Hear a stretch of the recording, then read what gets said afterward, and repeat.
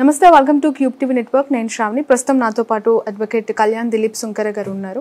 ప్రస్తుతం జరుగుతున్న కొన్ని ఇష్యూస్కి సంబంధించి వారి అభిప్రాయం తెలుసుకునే ప్రయత్నం చేద్దాం. సార్, రెండు తెలుగు రాష్ట్రాల్లో జరుగుతున్న మేజర్ ఇన్సిడెంట్స్ ఆల్రెడీ మీరు కొంత రియాక్ట్ అవుతున్న విషయం కూడా అందరూ చూస్తున్నారు. రెండు తెలుగు రాష్ట్రాల్లో చాలా సోషల్ ఇష్యూస్ పైన మీరు రెస్పాండ్ అవుతూ ఉంటారు. సో ఇక్కడ ఫస్ట్ ఆఫ్ ఆల్ ఏపీలో తెలంగాణలో మేజర్ జానీ మాస్టర్ ఇన్సిడెంట్ తప్పు ఎవరి వైపు ఉందని మీరు అనుకుంటున్నారు? మీకు తెలిసిన ఇన్ఫర్మేషన్ ఎవరి తరపునైనా నిలబడి కళ్యాణ్ గారు వాదించే అవకాశం ఉందంటారా?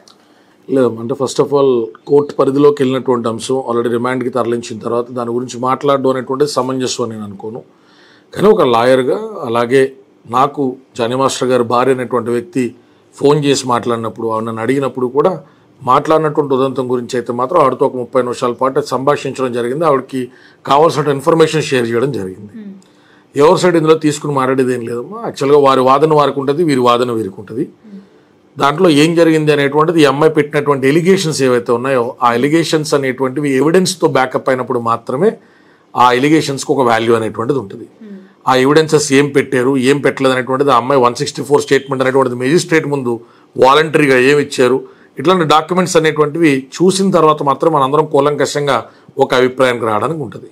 ప్రస్తుతానికైతే పోక్సో అనేటువంటిది అట్రాక్ట్ అయ్యేటువంటి విధంగా అమ్మాయి ఏజ్కి సంబంధించినటువంటి వివరాలు పోలీసు వారు సేకరించినట్టుగా చెప్తా ఉన్నారు. ఇందులో నిజాలేంటి, పోక్సోతో పాటు 376 కాకుండా 506 థ్రెటనింగ్, 420 లాంటివి కాకుండా రకరకాల సెక్షన్లు ఇంపోజ్ చేయడమే కాకుండా జానీ మాస్టర్ గారి భార్యను కూడా ఈ రోజైతే మళ్ళీ స్టేషన్కి పిలుస్తారనేటువంటి విషయాలు వినబడతా ఉన్నాయి మనకి మీడియా సర్కిల్స్ అండ్ పోలీస్ సంబంధించినటువంటి సోర్సెస్ నుంచి. సో ఇప్పటికిప్పుడైతే మనం ఎవరు తప్పని చెప్పలేం. కానీ ఒక సంఘటన జరిగింది, దురదృష్టకరం. చాలా ప్రతిభావంతుడు, దేశవ్యాప్తంగా కూడా గుర్తింపు పొందినటువంటి మన తెలుగు డ్యాన్స్ మాస్టర్ అనేటువంటి వ్యక్తి ఈ రకమైనటువంటి అభియోగాల్లో చిక్కుకోవడం అనేటువంటిది శోచనీయమే. కానీ వేచి ఉండాలమ్మా. బెయిల్ ఆర్డర్స్లో ఏమని వస్తాయి, ఏం చెప్పారు, జానీ మాస్టర్ బయటకు వచ్చిన తర్వాత ఆయన వెర్షన్ ఏంటి, ఆయన దగ్గర ఉన్న ఆధారాలు ఏంటి, ఇవన్నీ మనం పరిశీలించాల్సి వస్తుంది. జానీ మాస్టర్ని కాకుండా ఆయన వైఫ్ పేరుని ఇన్వాల్వ్ చేయటము, తనని కూడా అరెస్ట్ చేస్తారని కొంత ఆందోళన కల. ఎందుకంటే చాలా చిన్న పిల్లలు అండ్ ఇండస్ట్రీ నుంచి ఇద్దరు వచ్చి ఇంత ఒక్కొక్క స్టెప్ వేస్తూ ఇంత పేరు తెచ్చుకున్నారు. తను కూడా అదే అంటుంది. మీకు కాల్ చేసినప్పుడు తన పెయిన్ ఏంటి, ఎలా ఎక్స్ప్రెస్ చేసింది? అదే నేను ఫస్ట్ అడిగినటువంటిది అమ్మాయి లవ్ జిహాద్ అనేటువంటి యాంగిల్లో మీరు ఏమన్నా నిజంగానే అమ్మాయిని మతం మారమన్నారంటే ఆమె అన్న అంటూ సంబోధిస్తా, అన్నా నా పేరు సుమలత, నేను ఇలాగా ఇస్లాంలో కన్వర్ట్ అయినానన్న, నేను ఖుదా సాక్షిగా చెప్తున్నాను మీకు, ఆ అమ్మాయి అంతటా ఆ అమ్మాయి ఫస్ట్ బుర్కాలు వేసుకుంటూ ఉండేదన్న. జానీ మాస్టర్ని ఇంప్రెస్ చేయడం కోసం ఆమె ఎన్నో ప్రయత్నాలు చేస్తూ ఉండేది. అలాంటి నేను చూసి 1 నెల 2 నెలలు 3 నెలలు కాదు కదన్నా, నెలల తరబడి సంవత్సరాల తరబడి చూసినప్పుడు ఒకనొక సందర్భంలో చెప్పాను, ఏంటమ్మా అసలు నీకంటే నాకు జానీ మాస్టర్ అంటే ఇష్టం అండి, నేను మాస్టర్తో పాటు ఉండాలనుకుంటానని చెప్పింది. మరి నేను ఆ టైంలో ఎవరిని వారించాలో నాకు తెలియదు కాబట్టి నీకు ఇస్లాం అనేటువంటిది అంత ఇష్టం అయితే కనుక వేసుకోమ్మా, తప్పే ఉంది అందులో. నీకు కన్వర్ట్ అయితే పూర్తిగా కన్వర్ట్ అవ్వు, కానీ వేషధారణ కోసం మాత్రమే నువ్వు మతాన్ని ఎంచుకోవద్దు తల్లి, ఎవరిని ఇంప్రెస్ చేయక్కర్లేదు, నీ మనసులో దేవుడు ఉండాలని చెప్పడం జరిగింది. నేను ఒక పాజిటివ్ నోట్లో ఒక మహిళగా ఇంకో మహిళకి అడ్వైస్ చేశాను. నా భర్తకి ఆమెకి మధ్య ఏముంది ఏం లేదనేటువంటిది వారి ఇరువురికి సంబంధించిన సబ్జెక్ట్లో నేను ఎందుకు జోక్యం చేసుకుంటానని చెప్పడం జరిగింది. అలాగే కొంతమంది డాన్సర్స్ కూడా కాల్ చేశారు. మాస్టర్ ద్వారా సీనియర్ డాన్సర్స్ మేము లాభపడ్డటువంటి అకౌంట్స్ ఇదిగోండి సార్ డీటెయిల్స్, మాస్టర్ పలానా పొజిషన్లో యూనియన్లోకి వచ్చిన తర్వాత చాలామంది పెద్ద ప్రొడ్యూసర్లతో మాట్లాడి కూడా మాకు ఈ రకంగా ఆర్థిక సాయం చేశాడు సార్ అని మీరు నమ్ముతారో నమ్మరో 84-85 మందికి సంబంధించిన ఇన్ఫర్మేషను ఒక ఇద్దరు కలెక్ట్ చేసి ఆ డీటెయిల్స్ అన్నీ కూడా షేర్ చేయడం జరిగింది. కాబట్టి ఆయన మంచోడు కట్టి తప్పు చేయకూడదని చాలామంది అడుగుతూ ఉన్నారు. ఇక్కడ తప్పు ఒప్పులు నిర్ధారించేది మనం కాదు, ఎందుకంటే ఇవన్నీ అభియోగాలు. ఆ అమ్మాయికి ఉండేటువంటి వేదన ఆ అమ్మాయికి ఉంటుంది. జానీ మాస్టర్ కూడా అంతకాలం ఆ అమ్మాయిని సహకరించాను, కూడా నేను నిలబెట్టాను, ఆ అమ్మాయికి లైఫ్ ఇచ్చాను, ఏంటి ఈరోజు ఇలా జరిగిందని ఆయన వేదన ఆయనకి ఉంటుంది. ఇరువురు ఎవరు అంటే ఎమోషనల్గా మోరల్గా మనం జడ్జిమెంట్ చెప్పగలుగుతాం, కానీ లీగల్గా ఎవరిది తప్పు అని నిర్ధారించాల్సినటువంటిది న్యాయస్థానాలు మాత్రమే. న్యాయస్థానాలు అట్లా నిర్ధారించాలి అంటే న్యాయపరమైనటువంటి వాద ప్రతివాదనలు జరగాల. ఇరువురికి సంబంధించినటువంటి అభియోగాలు ఆధారభూతంగా ఉండాలి. If an allegation is not backed up by scientific or a direct substantial evidence, then that allegation is not sustainable. అది నిలబడదు కోర్టులో. కానీ చూడాలి ఆ అమ్మాయి నిజంగానే పోక్సో అట్రాక్ట్ అయ్యేటువంటి చిన్న వయసులో ఉన్నప్పుడే జానీ మాస్టర్తో ఆ రకమైనటువంటి సహచర్యం ఏర్పడిందా, ఏం జరిగింది, ఇవన్నీ చూడాలి. నిన్నైతే ఇటు కూడా ఆయన్ని రిమాండ్కి పంపించారు. ఆ తర్వాత కన్ఫెషన్ స్టేట్మెంట్ గురించి, రిమాండ్ రిపోర్ట్ గురించి కూడా జానీ మాస్టరే తప్పు ఒప్పేసుకున్నారు అని చెప్పి చాలా ప్రముఖ ఛానల్స్లో ఇష్టారాజ్యంగా రాశారు. Confession statement or remand report is not an admissible evidence under section 25 of evidence act. అది అడ్మిసిబుల్ ఎవిడెన్స్ కాదు. కొన్ని కండిషన్స్లో సెక్షన్ 27 ద్వారా if is this confession, Jani master confession report ప్రకారం ఏదైనా నిజాన్ని తెలుసుకోవడానికి పోలీసు వారికి ఒక దారి ఏర్పడితే అప్పుడు దాన్ని కూడా కొరాబరేటివ్ ఎవిడెన్స్ కింద ఏదైనా పరిగణలో తీసుకుంటారు తప్ప కన్ఫెషన్ పోలీస్ స్టేషన్లో పోలీసుల సమక్షంలో ఇచ్చేసినటువంటిది జానీ మాస్టర్ నేరం అనేటువంటిది ఆరోపించబడేసినటువంటి విధానం అయితే కాదు. ఓకే, పోక్సో యాక్ట్ సంబంధించి ఒకవేళ అది చట్టం నిరూపితం అయితే ఆ కేసెస్ ఎట్లా ఉంటాయి, ఆ శిక్షలు ఎంత తీవ్రంగా ఉంటాయి అనేది అందరికీ ఆందోళన కలిగింది. ఎందుకు అంటే ఉన్నప్పుడు జరిగింది అని తను చెప్పటం అనేది కొంత ఇక్కడ ఆందోళన కలిగిస్తాం. అదే ఇప్పుడు చట్టాల్లో న్యాయస్మృతుల్లో every IPC has a CrPC, every BNS has a BNSS. So భారతదేశంలో న్యాయ స్థానాలకు సంబంధించినటువంటి న్యాయ నైపుణ్యత్వం అనేటువంటిది ఒక శిక్ష గురించి, ఒక తప్పు గురించి, ఆ తప్పుకు పడేటువంటి శిక్ష గురించి మెన్షన్ చేస్తుంది. 376కి సంబంధించి కానీ, పోక్సోకి సంబంధించి కానీ 7 to 10 years అండ్ లైఫ్ పడేటువంటి అవకాశాలు, ఫోర్సిబుల్ కన్వర్షన్ ఆఫ్ రిలీజియన్ యాక్ట్కి సంబంధించి 5 సంవత్సరాలు, ఇలాంటివన్నీ పేపర్ల మీద ఉంటాయమ్మా. కానీ ఇవన్నీ కూడా టూ ఎర్లీ టు డిస్కస్. ఎందుకంటే అంత భయపడి ఆందోళన చెందాల్సినటువంటి అవసరం కాదు. ఈరోజు నమ్మేవారు నమ్ముతారు. ఒక అభియోగాన్ని అమ్మాయి సైడ్ తీసుకున్నారు, అమ్మాయి సైడ్ తీసుకుంటారు, జానీ మాస్టర్ సైడ్ తీసుకున్నారు, జానీ మాస్టర్ సైడ్ తీసుకుంటారు. ఎవరి అభిప్రాయాలు ఎలాగున్నా నేను ఇందాక నుంచి చెప్తున్నా, ఆధారాలు మాత్రమే ముఖ్యం. ఆధారాల ద్వారానే శిక్ష పడద్దా లేదా అనేటువంటి చెప్పగలుగుతాం. వెనక ఉన్నది టాప్ హీరో లేడీ కొరియోగ్రాఫర్ కి పాట ఇవ్వటం వల్లనే జానీ మాస్టర్ వద్దు అన్నారు. ఎందుకు వద్దంటున్నారు అని చెప్పి దాన్ని ఇన్ డెప్త్ కు వెళ్ళి చూసినప్పుడు ఈ ఇష్యూ అంతా బయటకు వచ్చి కేసు పెట్టించారు మాస్టర్ పైన అనేది ఒక వార్త వినిపిస్తోంది. ఏమో నాకు తెలిసి నేను అల్లు అర్జున్ గారు డైరెక్ట్ ఇందులో ముసుగులో గుద్దులాట అనవసరం. అల్లు అర్జున్ గారు అట్లాంటి స్వభావం ఉంటుందని నేను అనుకోవట్లా. అభియోగాలు ఏవైనా కావచ్చు కానీ జానీ మాస్టర్ ఒక్కలే కాదు కదా, ఇంకా చాలా మంది మాస్టర్లు ఉంటారు. జానీ మాస్టర్ కూడా తనకు ఆఫర్ వచ్చింది అనేది చాలా స్పెక్యులేషన్స్ అమ్మా. ఆఫర్ వస్తే అమ్మాయి ప్రతిభ వచ్చి ఉంటుంది. జానీ మాస్టర్ మీద కేసు పెడతారంటే అల్లు అర్జున్ గారు ఇచ్చేది ఏంటమ్మా? అక్కడ సినిమాకి కావాల్సింది ప్రతిభావంతులైనటువంటి డాన్సర్స్, వారి ద్వారా మంచి డాన్స్ నెంబర్స్, వారి ద్వారా ప్రజలకు మంచి ఆహ్లాదభరితమైనటువంటి సాంగ్ అనేటువంటిది బయటికి రావాలా. కోట్లాది రూపాయలు వెచ్చించి తీసేటువంటి సినిమాలో సుకుమార్ గారో లేకపోతే అల్లు అర్జున్ గారో పనిగట్టుకున్న డాన్స్ మాస్టర్ని అరెస్ట్ చేయించడం అనేటువంటి పని మీద ఉంటారని నేను అనుకోను. ఇందులో రాజకీయ కోణం ఉంటే ఉండొచ్చు. అది ఈ పార్టీ ఆ పార్టీ అని చెప్పి బేస్లెస్గా నేనైతే ఎలిగేషన్స్ చేయడానికి ఇష్టపడను. కానీ సినిమా ఇండస్ట్రీకి సంబంధించి ఆయనకి సంబంధించినటువంటి యూనియన్లోనే కొంతమంది ఈయన ఎదుగుదల నచ్చినటువంటి వ్యక్తులు ఉన్నారనేటువంటిది మాత్రం మంచి వ్యక్తుల దగ్గర నుంచి, క్రెడిబిలిటీ ఉన్నటువంటి వ్యక్తుల దగ్గర నుంచి నేను వినడం జరిగింది. జానీ మాస్టర్ తీసుకునేటువంటి కొన్ని నిర్ణయాలు, ఆయన తీసుకునేటువంటి కొన్ని విషయాల మీద పూర్తి స్థాయిలో నిరాసక్తిగా ఉన్నటువంటి వ్యక్తులు ఆ రకమైనటువంటి నిర్ణయం తీసుకున్నారు. కాబట్టి ఏం జరిగింది అనేటువంటి జానీ మాస్టర్ గారు భార్య అయితే ఆవిడ ఆవేదన చెప్తా ఉన్నారు. అల్లు అర్జున్ గారి గురించి కూడా కమెంట్ చేస్తూ ఉన్నారు. నేను కూడా కొంత వారించాను, నేను కూడా చెప్పాను. అటు ఆ అమ్మాయి విక్టిమ్ మీద కూడా మీరు ఎలా పడితే అలా ఇప్పుడేం మాట్లాడద్దమ్మా, ఎన్ని బెయిల్ విషయాల్లో ఇబ్బంది అవుతే అల్లు అర్జున్ గారు లాంటి ఒక దేశం మొత్తం కూడా గుర్తించదగ్గటువంటి వ్యక్తి అరవింద్ గారి అబ్బాయి గురించి, చిరంజీవి గారి మేనల్లుడి గురించి కూడా అంత స్పీడ్గా వద్దమ్మా. మంచి కుటుంబం, చరణ్ గారు కానీ అర్జున్ గారు కానీ ఒక స్పోర్టు స్పిరిట్తో ముందుకు సాగేటువంటి వ్యక్తులు కాబట్టి అట్లా వద్దని చెప్పడం మన బాధ్యత, వినడం వినకపోవడం వారి వ్యక్తిగత. బట్ ఎక్కువగా ఈ ఇష్యూ జరిగినప్పటి నుంచి కూడా వినిపిస్తున్న ఏకైక లైన్ ఏంటి అంటే రామ్ చరణ్ అంటే mega family versus Allu Arjun family మధ్యలో జరుగుతున్న ఈ ఇష్యూస్ లో, ఈగో క్లాషెస్ లో జానీ మాస్టర్ బలయ్యాడు, అతని మీద కేసు ఈ ఈగోస్ తోనే, ఈ రెండు కుటుంబాల ఈగోస్ తో కొనసాగుతుంది అనేది అది ప్రాక్టికల్ గా డీకోడ్ చేద్దాం అమ్మా. జానీ మాస్టర్ అనేటువంటి వ్యక్తిని ఇరికించడం వల్ల ఎవరికైనా వచ్చేటువంటి లాభం ఏముంటుంది? జనసేనకు అలైన్ ఉండడం వల్ల, జనసేనకు అలైన్ ఉండడం వల్ల జనసేనలో ఏమైనా కీలకమైన బాధ్యతలు వహిస్తున్నారా? జనసేన ద్వారా ఆయన ఏమైనా రాష్ట్ర వ్యాప్తంగా ప్రభావితమైనటువంటి పర్యటనలు చేశారా? ఒక భార్యతో 10 లక్షల ఓట్లు ఆయన ప్రభావితం చేసి అటు ఇటు మార్చేటువంటి స్థాయిలో ఆయన వర్క్ చేసేటువంటి స్పేస్ పోనీ ఆయనకు దొరికిందా? ఒక నెల 2 నెలల పాటు పూర్తిగా చిత్తశుద్ధితో ఆయన పార్టీ కోసం పనిచేసి ఉండొచ్చు. కానీ అలాగని చెప్పి ఆయన్ని టార్గెట్ చేయడం కోసం మెగా కుటుంబాలన్నీ పరిగెట్టు కూర్చుని చాక్పీస్ తీసుకుని స్కెచ్ చేసుకుని ఆయన ఇరికించాల్సిన అవసరం ఉంటాయమ్మా. అవన్నీ ఏదో గట్టి మీద కూర్చున్నటువంటి మాటలు, అవి నిరాధారమైనటువంటి మాటలు, వాళ్ళకి నచ్చినటువంటి విధానంలో వాళ్ళు రాసుకుంటారు తప్ప దాని మీద అసలు అల్లు అర్జున్ అనేటువంటి వ్యక్తికి ఏం అవసరం ఉంటుందమ్మా? What will he get out of it? ఆ కుటుంబాలకు మధ్య రైవల్రీ ఎందుకు ఉంటుంది? అని పిచ్చి మాటలు. చాలా దగ్గరగా కుటుంబాలతో ట్రావెల్ చేసినటువంటి వ్యక్తి నాకు తెలీదా? అసలు ఎప్పుడు చిరంజీవి గారు అసలు అంటే అన్ని పట్టించుకుంటారని కూడా నేను అనుకోను. ఆయన స్థాయిలో ఆయన అల్లు అర్జున్ గారు ఏం చేస్తున్నారు, ఇంకోళ్ళు ఏమైనా సినిమా చేస్తున్నారా, అవునా మన సబ్జెక్ట్ బాగుందా, ఏమైనా వినమంటే ఆయన కథ వినడం వరకు నాకు తెలుసు తప్ప చరణ్ గారు ఏం చేస్తున్నారు, అల్లు అర్జున్ గారు ఏం చేస్తున్నారు ఇంటర్ఫియర్ అయ్యి వాళ్ళ మధ్య పోటీ ఎన్ని ఆలోచనలు ఉండవు. వాళ్ళ స్థాయిలో వాళ్ళ ఆలోచనలు పెద్దగా ఉంటాయి కాబట్టి దేవుడు వాళ్ళకి అంత స్టార్డమ్, అంత పెద్ద జీవితాలు ఇస్తారు. అంత నేరో మైండెడ్గా ఆలోచించే వ్యక్తులుగా వారు ఉండరు. బట్ ఈ వార్త బయటికి రాగానే పవన్ కళ్యాణ్ అంటే జనసేన పార్టీకి సంబంధించి ఆయన సస్పెండ్ చేయడం జరిగింది. సస్పెండ్ చేయలేదు. జస్ట్ పార్టీ కార్యకలాపాలకు దూరంగా ఉండమన్నారు.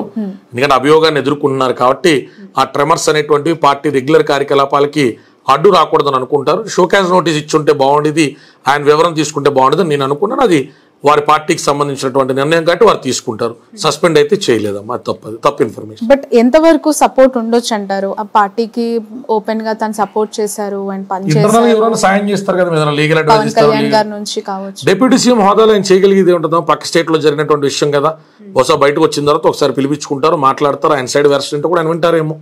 ఇప్పుడు మన దువ్వాడ శ్రీనివాస్ గారు లాంటి ఇన్సిడెంట్ జరిగింది, ఆయన అంత అంబిగ్విటీలో ఇన్ఛార్జ్ కింద కొనసాగించడం తప్పు అనుకున్నారు. గౌరవనీయులైనటువంటి ప్రతిపక్ష నాయకులు మాజీ ముఖ్యమంత్రి వారు కడప ఎమ్మెల్యే శ్రీ వైఎస్ జగన్మోహన్ రెడ్డి గారు అతన్ని ఆ బాధ్యతల్ని తప్పించారు. కానీ మొన్న ఏదో అవసరం మీద 2 రోజులు 3 రోజుల క్రితం పిలిచి అపాయింట్మెంట్ అయితే ఇచ్చారు కదా. సో మన కోసం పనిచేసినటువంటి వ్యక్తులు ఏదైనా ఎలిగేషన్ ఎదుర్కొంటున్నప్పుడు కొంత డిస్టర్బెన్స్ అంతా సెటిల్ డౌన్ అయిన తర్వాత మోరల్ సపోర్ట్ ఇవ్వడం అనేటువంటిది ప్రతి నాయకుడు ప్రజా జీవితంలో చేసేటువంటి ఒక అనివార్య కార్యక్రమం. ఎవరైతే జానీ మాస్టర్ వైఫ్ ఉన్నారో మీతో మాట్లాడినప్పుడు ఆయేషా గారు జానీ మాస్టర్ ఈ కొరియోగ్రాఫర్ తో ఎలాంటి అటాచ్మెంట్ ఉందని మీకు ఎక్స్ప్రెస్ చేయడం జరిగింది. ఎందుకంటే అసలు పెళ్లి చేసుకోలేదు, ఒక కొరియోగ్రాఫర్ గా జాయిన్ అయిన వ్యక్తి జానీ మాస్టర్ తో క్లోజ్ గా మూవ్ అవుతూ బుర్కా వేసుకోవటము, ఆయనకి ఇష్టంగా ఉండటం అంటే కొంత అనుమానం తావిస్తోంది. అంటే క్లారిటీ ఉందా సుమలత గారికి విషయం? ఇప్పుడు ఇల్లీగల్ రిలేషన్ అయినా లీగల్ రిలేషన్ అయినా ఈరోజు ఎవరు స్వేచ్ఛ వారిది.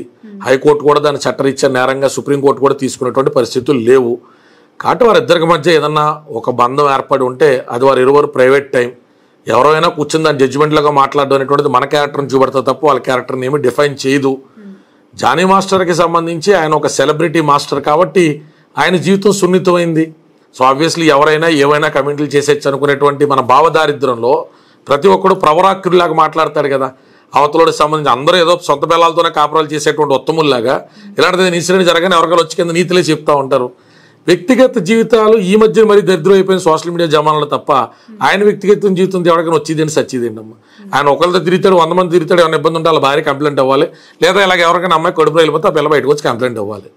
ఇవన్నీ ఏంటంటే ఆదర్శాలు బాగా వల్లించడం, జియో టెక్నాలజీ ఎక్కువ వచ్చేసి ఇంటర్నెట్ ఫ్రీ అయిపోయిన తర్వాత జానీ మాస్టర్ క్యారెక్టర్ గురించి మాట్లాడుతూ ఎవరితో ఇన్స్టాగ్రామ్ అకౌంట్ తీసుకున్నాను అనుకో, ఎంతమంది అమ్మాయిలు బ్లాంక్ మెసేజ్లు పెడతారో మనకు తెలుస్తుంది. సలహా తేలిక కదమ్మా, చెప్తా ఉంటారు దిక్కుమాల సలహాలు అన్ని దాంట్లో ఉన్నాయి. ఇక సెలబ్రిటీ పబ్లిక్ ఫిగర్ ఒకటి అయ్యాడు అనుకో అమ్మ, ఇంకా ఆడు ఖచ్చితంగా ప్రవరాక్యుడిలాగే ఉండాలి అన్నది వీడి తీర్మానం. ఈడు ఉండడు, ఆడు ఉండాలని చెప్తే నీకు అంత ఆదర్శవంతంగా నువ్వు అనుసరించేవాడు ఉండాలి అనుకుంటే నువ్వు చూపించు. ఇప్పుడు ఇలా సెలబ్రిటీ ఎందుకు అవుతారు? వాళ్ళ ప్రతిభతో అవుతారు, వాళ్ళు ఏదైనా రిస్క్ తీసుకుంటూ అవుతారు. వాళ్ళ ప్రతిభతో మనల్ని అలరించారు అంతే. అంతేగాని వాళ్ళ క్యారెక్టర్ కాండాక్ట్ ఇంటికాడ తల దించితే ఆఫీస్ కాడ ఎత్తరు, ఆఫీస్ కాడ దించితే ఇంటికాడ ఎత్తరు అని చెప్పాలి. మిమ్మల్ని ఇన్ఫ్లుయెన్స్ చేయలేదు కదా. ఏ కామనమ్మా, సొసైటీలో ఎవరి జీవితాలు ఆడు చూసుకోడు కదమ్మా. ఆడ జీవితాల్లో ఉన్న దరిద్రాలన్నింటినీ కూడా తప్పించుకోవడం కోసం ఎవడో ఒకటి మీద ఏదో నింద ఎత్త ఉండాలి. సెల్ ఫోన్ ఓపెన్ చేస్తారు, పొద్దున్న జీవితం నేను సాధించినప్పుడు ఓకే జానీ మాస్టర్ విషయంలో ఇది చాలా తప్పు, ఇలాంటి వాళ్ళు ఉరి తీయాలంటాడు. మన కర్మ అంతే, ఏం చేస్తాం, దౌర్భాగ్యం, దరిద్రం. ఇండస్ట్రీతో చాలా క్లోజ్ గా ఉంటారు దిలీప్ గారు, మీరు చాలా మందిని చూసుంటారు పరిచయస్తులు. మొన్న రీసెంట్ గా కూడా మీరు న్యూస్ మేకర్ రాస్తారు ఇష్యూలో లావణ్య. సో ఈ ఇష్యూ ఎలా ఉండాలి? చాలా సెన్సిటివ్ ఇష్యూస్ తెర మీద సీసీటీవీ పెట్టుకుని బతకాలం. ఇంకా అలాంటి సీసీటీవీలో పెట్టుకుని ఎవరితో మనం మారుతున్నాడు 1 minute అని చెప్పి సెల్ఫీ తీసుకుని మారుతూ ఉండాలి. ఇప్పుడు మీరు బయటకి వెళ్ళి దిలీప్ చేట్టుకున్నాడు అన్నారు, ఏం చేస్తాం? ఆవిడ కెమెరా ఉంది, నేను ఆవిడకి దూరంగానే కూర్చొని చెప్పాలి. సొసైటీ అది ఎన్న కొద్ది గుర్తింపు పొందాలన్నా ఎవరితో మాడకూడదు. ఆడు ఒపీనియన్ అది. నువ్వు ఎలాంటి వాడు అనుకోలేదు అన్న, లావణ్య కేసు చేస్తావు అనుకోలేదు, మరి ఏం చేస్తావు అనుకున్నారా? అంటే ఇది దరిద్రం, దౌర్భాగ్యం ఇది.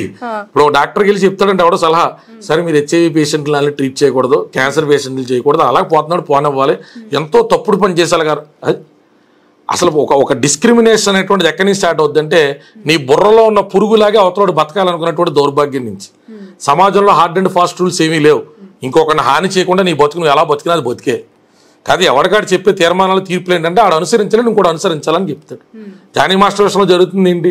రాజకీయ పరంగా అతను జనసేన పార్టీతో తిరిగాడు, వైఎస్ఆర్సీపీకి వ్యతిరేకంగా ఉన్నాడు కాబట్టి పోనీ వైసీపీ వాళ్ళు ఏదైనా తిడుతున్నారంటే అర్థం ఉంటుంది. న్యూట్రల్ ముసుగులో ఉన్నాడు కూడా ఏం జరిగింది పాపం అని రాసేవాడు కమెంట్ కనపట్లేదు నాకు. ఖచ్చితంగా లవ్ జిహాద్ పేరు మీద జరిగినటువంటి దుర్మార్గానికి జానీ మాస్టర్ నడి రోడ్డు మీద ఉరి తీయాలి. ఎవడు చూసి వచ్చాడు లవ్ జిహాద్? అక్కడ ఆ అమ్మాయి తప్పంట్లా, ఈయన తప్పంట్లా. అరే వెయిట్ చేయడానికి ఒక ప్రొసీజర్ ఉంది అబ్బాయి. ఆ అమ్మాయి కంప్లైంట్ పెట్టింది, ఇది జస్ట్ ఫస్ట్ ఇన్ఫర్మేషన్ రిపోర్ట్. ఇంకా పిల్ల 164లో ఏం చెప్పింది, ఏం ఎవిడెన్స్ ఇచ్చింది, పోలీసు వాళ్ళు ఏం కలెక్ట్ చేసుకున్నారు.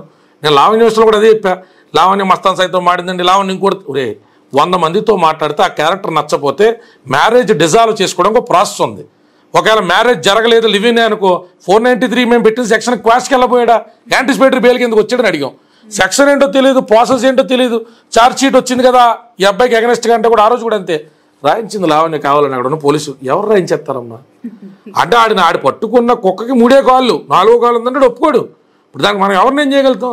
జానీ మాస్టర్ని హిందూ మతం, నేను పొద్దున్న లేస్తే శివారాధనలో ఉంటా, నా హిందూ మతం నా వ్యక్తిగతం, నా మతం ఎవరికంటే సుప్రీమసీ కాదు ఎవరికంటే తక్కువ కాదు అనుకున్నాడు, గొడవలే లేవు. సుప్రీమసీ చూపించాలనుకున్నాను అనుకో, జానీ మాస్టర్ ముస్లిం కాబట్టి ఖచ్చితంగా లవ్ జిహాద్ యాంగిల్ ఉంటుంది, నేను కూడా ప్రమోట్ చేయాలి. ఇంకా ఇవన్నీ స్పెక్యులేషన్స్ అమ్మా. ఈ మాటలు ఏవి కూడా అతని కేసుని ప్రభావం చెయ్యవు. అతని కేసు విషయంలో అతను నిర్దోషాన్ని తేల్చాల్సింది కోర్టే. కోర్టులో సబ్మిట్ చేసినటువంటి డాక్యుమెంట్స్ చూసేదాకా అతను ఆరోపించబడ్డటువంటి వ్యక్తే నిందితుడు కాదు. నిందారోపణకి నిందితత్వానికి చాలా తేడా ఉంటుంది. నక్కకి నాగలోకానికి ఉన్న తేడా ఉంటుంది. He is just an accused and till proven guilty he is innocent. అలాగా అమ్మాయికి ఏదైనా బాధ ఉంటే నిజంగా అమ్మాయికి న్యాయం జరగాలని కోరుకుంటాం. ఆ అమ్మాయి తరపున కూడా ఖచ్చితంగా ఏదైనా సాయం కోరినప్పుడు నిలబడాలనుకుంటాం. కానీ ఇవన్నీ కూడా ధర్మబద్ధంగా, న్యాయబద్ధంగా, హేతుబద్ధంగా ఉండాలని కోరుకుంటాం. ఎవరెవరో ప్రొవొకేషన్లో ఆ పిల్ల కేసు పెట్టినా ఆ పిల్ల తప్పు చేసినట్టే. నిజంగా ఈ మాస్టర్తో 5 ఏళ్ల పాటు మంచి పాజిటివ్ నోట్లోనే జరుగుండొచ్చు సంభాషణ కానీ స్నేహం కానీ. అయితే ఇక్కడ పాయింట్ అలా నేను నిన్నటి నుంచి అన్ని మీడియాలో చెప్తున్నా, పోక్సో మాత్రమే పాయింట్. ఆమె ఏ 17 ఏళ్ళలో 16 ఉన్నప్పుడు కలిసిందనేటువంటి విషయం వస్తే ఆ అమ్మాయి ఎంత ఇష్టపూర్వకంగా ఇతనితో ఉన్నప్పటికీ ఇతని కేసులోంచి బయటపడడం కష్టం.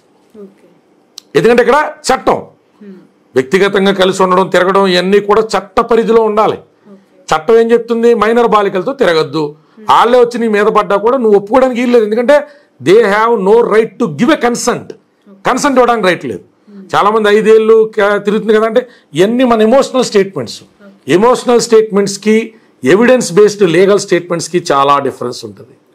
Morality is not legality, always legality is not having a right to have morality. ప్రతి లీగల్ అంశంలో మనం మోరల్ జడ్జిమెంట్స్ కూడా దాంట్లో నిమిడీకృతం అయి ఉండాలనుకుంటే తప్పు. ఓకే, ఒకవేళ అది ప్రూవ్ అయితే ఎన్ని ఇయర్స్ శిక్ష ఉంటుందంటారు? ఎందుకంటే అది చాలా ఇంపార్టెంట్. పోక్సో ప్రూవ్ అయితే మాత్రం అతనికి 7 సంవత్సరాల నుంచి యావజ్జీవ శిక్ష పడినా కూడా మనం ఆశ్చర్యపోక్కర్లేదమ్మా. నా కన్సర్న్ అలా పోక్సో మీద తప్ప మిగతా సెక్షన్స్ మీద లేదు. జానీ మాస్టర్కి సంబంధించిన బంధువులు కూడా టచ్లో ఉన్నారు. ఆ డాక్యుమెంటేషన్స్ ఇవాళ రేపు ఫస్ట్ బెయిల్ మూవ్ చేసిన తర్వాత ఉన్నటువంటి ఈక్వేషన్స్ నాతో మాట్లాడుతా అన్నారు. ఆ ఈక్వేషన్స్ పరిశీలించిన తర్వాత మన క్యూబ్ టీవీ ప్రేక్షకులకి ఖచ్చితంగా మరొకసారి లీగల్ డాక్యుమెంట్ బేస్డ్గా మనం న్యూట్రల్ టోన్లో చెప్పేటువంటి ప్రయత్నం చేద్దాం. రైట్.